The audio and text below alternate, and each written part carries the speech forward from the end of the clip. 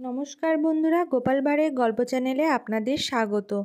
আমি প্রমীলা চলে এসেছি আপনাদের জন্য গোপাল ভাঁড়ে আজ একটি নতুন গল্প নিয়ে। গল্পটির নাম লোভের পরিণাম। আজকে আপনারা শুনতে পারবেন গল্পের প্রথম পর্ব। তাহলে চলুন শুরু করি আজকের গল্প। গোপাল একদিন জরুরি এক পারিবারিক কাজের ঝামেলায় রাজসভায় উপস্থিত হতে পারেনি। রাজা কৃষ্ণচন্দ্র তার আশায় আশায় পথ চেয়ে বসে রইলেন দীর্ঘ সময়। আসলে গোপালের সান্নিধ্যে কিছু সময় কাটাতে না পারলে তার কাছে দিনটিই যেন বৃথা গেল মনে হয়।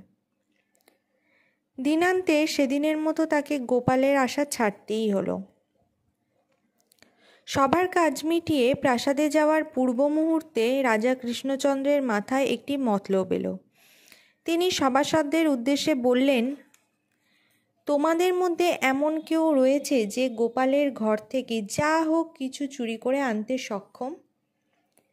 যদি কেউ সক্ষম হও তবে তা যত তুচ্ছই হোক না কেন, বিনিময়ে আমি তাকে প্রভূত পুরস্কারে ভূষিত করব।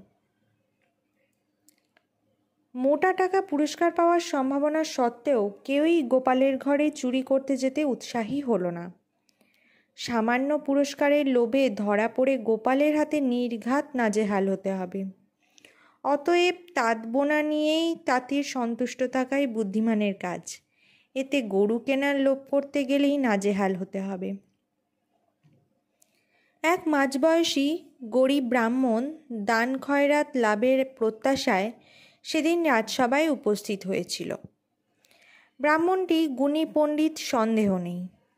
অভাবের তাড়নায় তার গুণাবলী ছাই চাপা পড়ে রয়েছে। তার পয়সার খুবই দরকার। তাই প্রভূত পুরস্কার কথাটা শোনা মাত্র ব্রাহ্মণটির বুকে লোভের সঞ্চার ঘটল। পারিষদের মধ্যে বলে উঠল, মহারাজ, আমি রাজি। গোপালের ঘরে চুরি করতে যেতে আমি এক পায়ে খাড়া। ব্রাহ্মণটির কথা শুনে রাজা কৃষ্ণচন্দ্র তাকে দু হাতে বারণ করতে লাগলেন।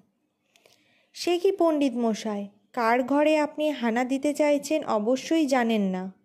যদি জানতেন তবে অবশ্যই বাঘের গুহায় মাথা গলাতে উৎসাহী হতেন না। রাজা কৃষ্ণচন্দ্রকে প্রতিশ্রুতি দিয়ে ব্রাহ্মণ রাজসভা ছেড়ে বেরিয়ে এলো। মাঝরাত্রে গোপালের বাড়িতে শীত কেটে ঘরে ঢুকে গেল।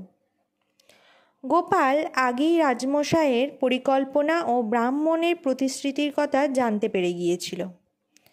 তাই সে মওকা পেয়ে ব্রাহ্মণকে টিট করার ফোন দিয়েটে চুপটি করে দাঁড়িয়েছিল প্রায় অন্ধকার ঘরের কোণে। ব্রাহ্মণ শীত কাটতে শুরু করেছে। গোপাল ঘরের ভেতরে অবস্থান করেই স্পষ্ট বুঝতে পেরেছিল। তো বন্ধুরা, এই ছিল আজকে আমাদের গল্পের প্রথম পর্ব। গল্পটি যদি আপনাদের ভালো লেগে থাকে অবশ্যই লাইক, শেয়ার, কমেন্ট করবেন এবং চ্যানেলে যদি নতুন হয়ে থাকেন চ্যানেলটিকে সাবস্ক্রাইব করবেন। ফিরে আসবো খুব তাড়াতাড়ি গল্পের দ্বিতীয় পর্ব নিয়ে। ধন্যবাদ।